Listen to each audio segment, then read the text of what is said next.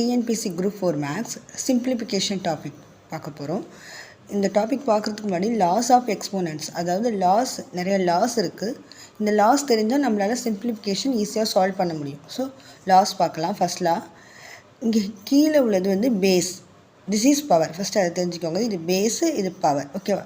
So base சேமாக இருந்தால் இன் மல்டிப்ளிகேஷனில் நம்ம பவரை ஆட் பண்ண முடியும். So a power m into a power n equal to a power m plus n, ஓகேவா? மல்டிப்ளிகேஷனில், ஓகேவா? இந்த ரூல் வந்து மல்டிப்ளிகேஷன் மட்டும்தான், ஓகே.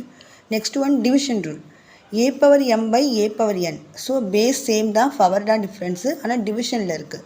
ஸோ இதை எப்படி எழுதலாம்னா, we can write this a power m minus n, okay. Next one a power m the whole power n equal to a power m into n, multiply பண்ணிடலாம், okay. Next one a b the whole power n equal to இந்த n வந்து ஏக்கும் common பிக்கும் common. So power எடுக்கும்போது 2 இதுக்கும் எடுக்கணும், ஓகேவா? So a power n into b power n, ஓகேவா? நெக்ஸ்ட் ஒன் டிவிஷனில் இருக்குது a by b the whole power n. So n வந்து நியூமரேட்டருக்கும் காமன், டினாமினேட்டருக்கும் common. So we can write this a power n divided by b power n, okay. Next rule a by b the whole power minus n. So இந்த minus n நியூமரேட்டருக்கும் common, டினாமினேட்டருக்கும் common. So இதை எப்படி எழுதலாம்னா, first step A power minus n divided by b power minus n வரும். So we can write this, instead of this we can write this, okay. So டினாமினேட்டரில் b power minus n இருக்குது, அது numerator கொண்டு வருவோம். So இது எப்படி எழுதுவோம்னா, b power n divided by a power, numerator உள்ளது கீழே வரும்போது பாசிட்டிவ் ஆகிடும்.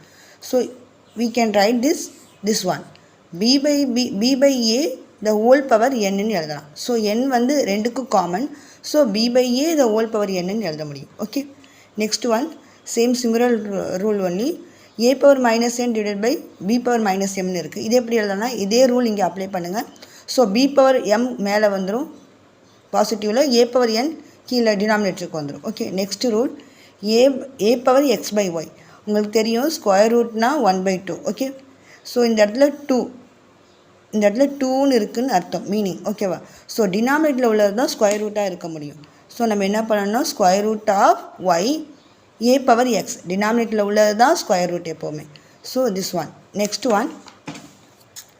நெக்ஸ்ட் ரூல் பாருங்கள், ஏ பவர் 0 ஈக்குவல் டு 1. அதாவது பேஸ் பவர் 0, பேஸில் எந்த வேல்யூ இருந்தாலும் அதோட வேல்யூ வந்து 0 அப்படின்னு சொல்கிறாங்க, ஓகேவா?